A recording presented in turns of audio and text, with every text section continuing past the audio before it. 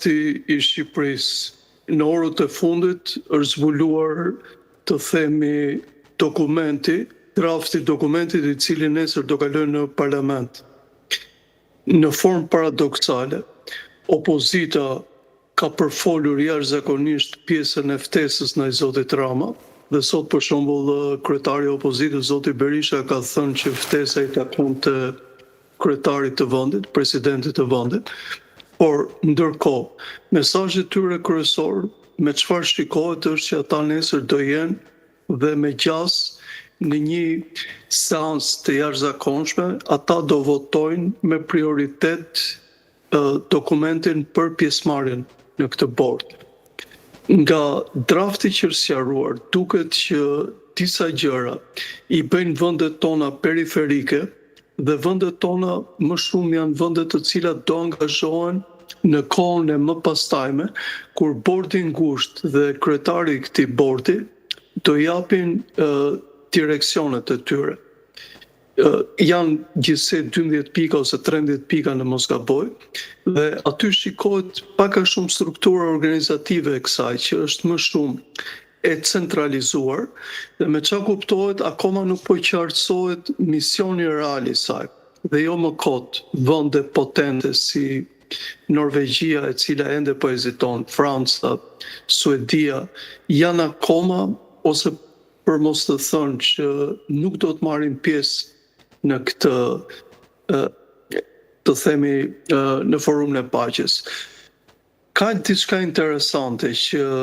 qoftë në rastin e zotit Rama, po qoftë në rastin e zonjës Osmani, ftesa ka ardhur e nominuar. Dhe zonja Osmani, unë besoj këtë pjesën që ajo është munduar ta bëjë me fanfara, të themi, dhe me gjithë propagandën e dur, sepse ne të dy e dim shumë mirë që ajo tashmë i duhet çdo mesazh pozitiv për të gjetur kandidaturën e dytë për mandatin e dytë si presidente e vendit të Kosovës. Por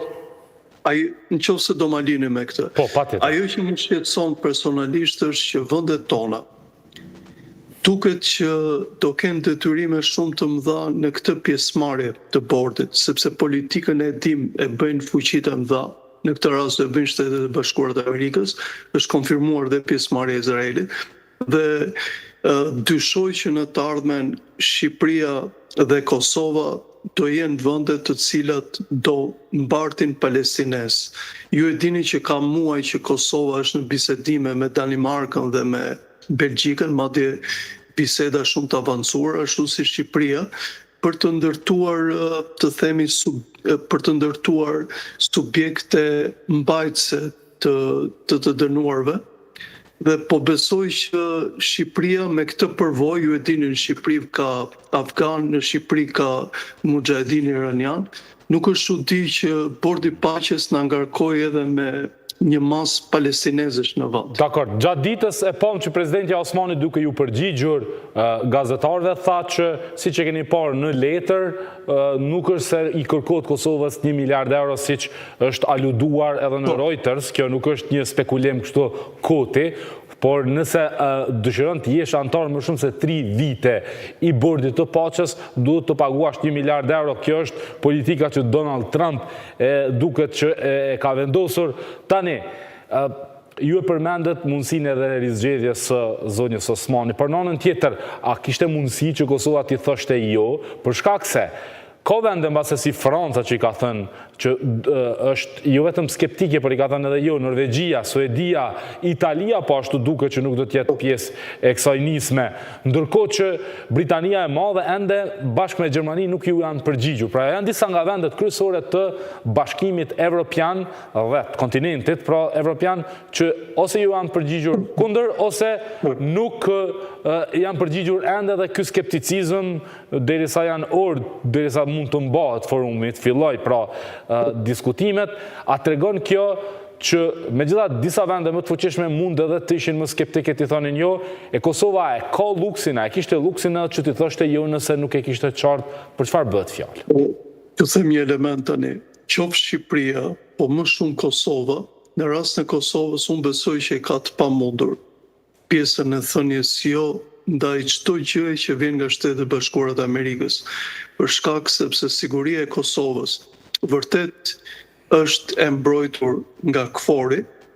por ne dim shumë mirë që po mos t'jenë njerëzit amerikanë në KFOR dhe autoritetet tyre, sidomos autoriteti i jashtëm, ndikimi që bëhet që nga Shtetet e Bashkuara të Amerikës,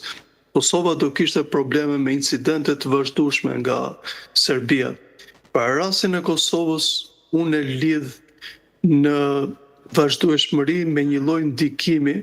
shumë të madh të Shtetet e Bashkuara të Amerikës. Dhe zoti Kurti gjatë shumë kohëve është munduar të ruaj një pjesë të sovranitetit, për që i ka kushtuar jashtëzakonisht shumë. Pikërisht, qëndrimi i zotit Kurti ka treguar ambiguitetin shumë të madh të shtetit Kosovës,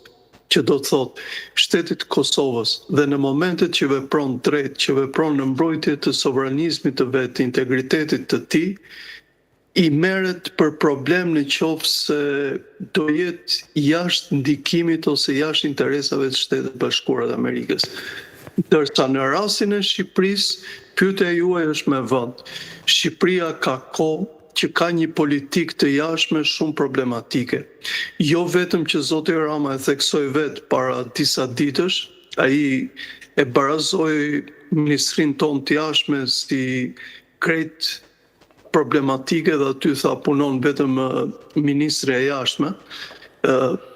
po mendoj që Shqipëria ka një problem shumë të madh në qasjen e saj të politikës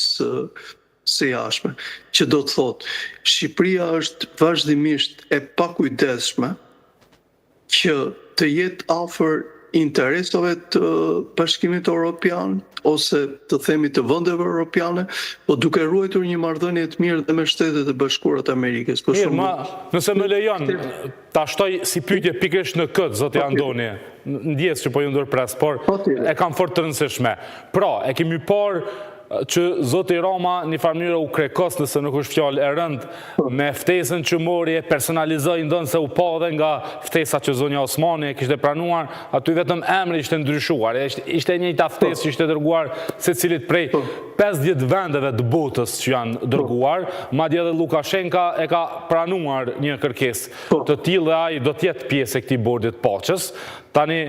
pyetja që kam unë është në rastin e Shqipërisë dhe në rastin e Kosovës, duke qenë që dyja vendet kanë aspirata evropiane dhe duke qenë që vendet që janë motor të Bashkimit Evropian, siç është Gjermania dhe Franca, ose po hezitojnë ose me shumë gjasa dhe nuk do të marrin pjesë në këtë forum.